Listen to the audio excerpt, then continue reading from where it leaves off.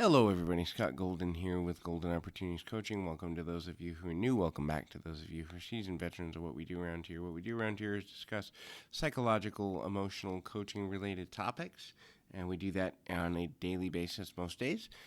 We have over 250 audios for you to check out, so hopefully something that's useful to you. Please comment below if there's something we can do that would add help to your life. In any event, we're going to talk today about 5 things that people often do that make themselves less attractive to potential partners. And some of these are really common sense, but a couple of them are things we do without even realizing it, or things we do due to bad habits.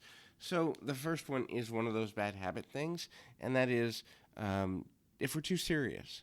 So life is meant to be enjoyed, right? Like, people find enjoyment in being around someone who's lighthearted, someone who can laugh at themselves, someone who can laugh at life itself and situations. And so if a person is overly serious or overtly serious, that will cause trouble, because we want to connect through humor and commonality. And if a person's always serious and they're not willing to crack a joke or smile or maybe use some satirical or sarcastic humor from time to time, the belief is, well, this person only cares about being intense, and I don't really need another intense thing in my life, so I'm going to disappear now, like I'm going to go away, because at the end of the day, we want someone to share joy with, and joy and humor kind of do go hand in hand for lots of folks, and so it can be dangerous to be overtly serious. I always tell clients, life is only serious when you make it that way. Things only matter when you make them matter, and so if you have issues that are really, really serious to you, then try to, when you're making a first impression or a first couple impressions, try to push those to the back of your mind for a little bit until someone knows you, and then you can share the things you're more passionate about.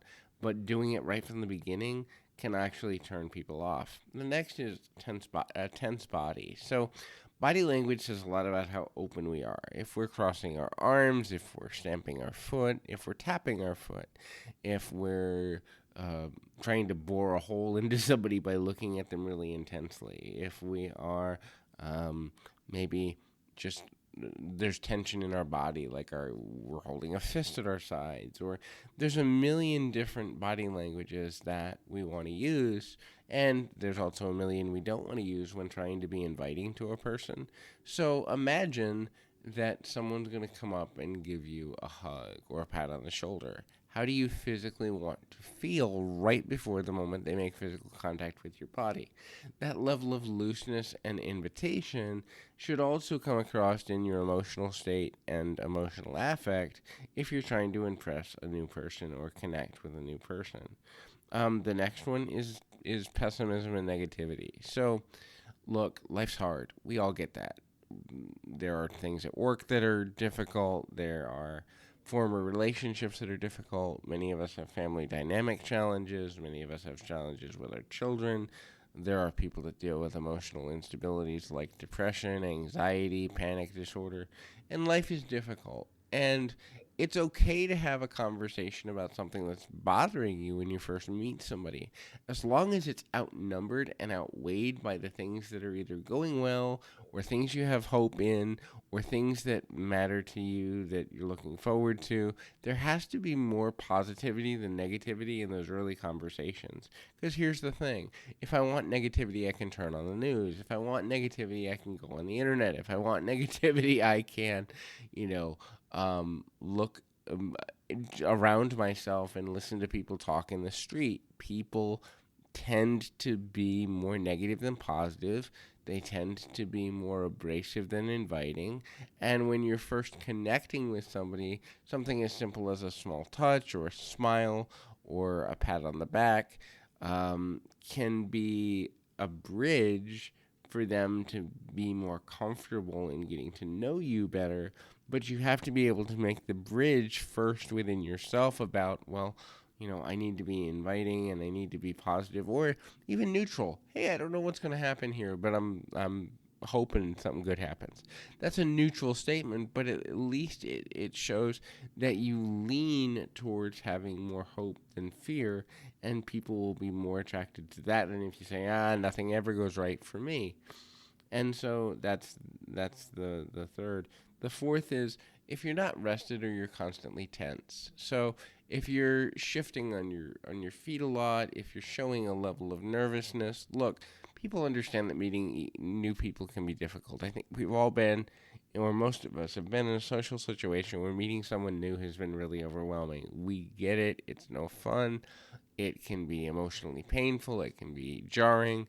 It can be a lot of things. But if you're physically unrested or you look like you haven't slept in days or you look like you're ready to chew your nails off, chances are you're not going to be as attractive even for friendship because it's like, well, what's this person dealing with? Do I need another complicated person? Do I need another stressed out person in my life? And most people, unless they're in like a helper field or they're a glutton for punishment, are going to say no. So you have to have at least a moderate level of comfort and confidence within yourself when meeting new people to make a positive impression. The next one and the last one is narcissism.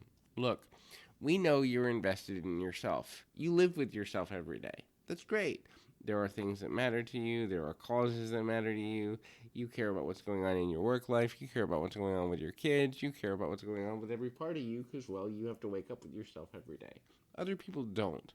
And so it's important to realize that if you center the conversation around yourself and not asking questions about the other person, they're going to be turned off by you, even if that wasn't your intention. So it's important to realize and recognize that you have to be emotionally and verbally and mentally invested in getting to know someone else, so that in the end they at least feel like, hey, this person cares about me at least as much as they care about telling me about themselves. If a person doesn't feel that way, they will eventually check out of getting to know you further. So hopefully that's helpful to you. We will be back with more audio, but continue to hang in there, and you're doing amazing. So take care of yourself. Until next time, keep your feet on the ground, your mind in the moment. Until next time, everybody.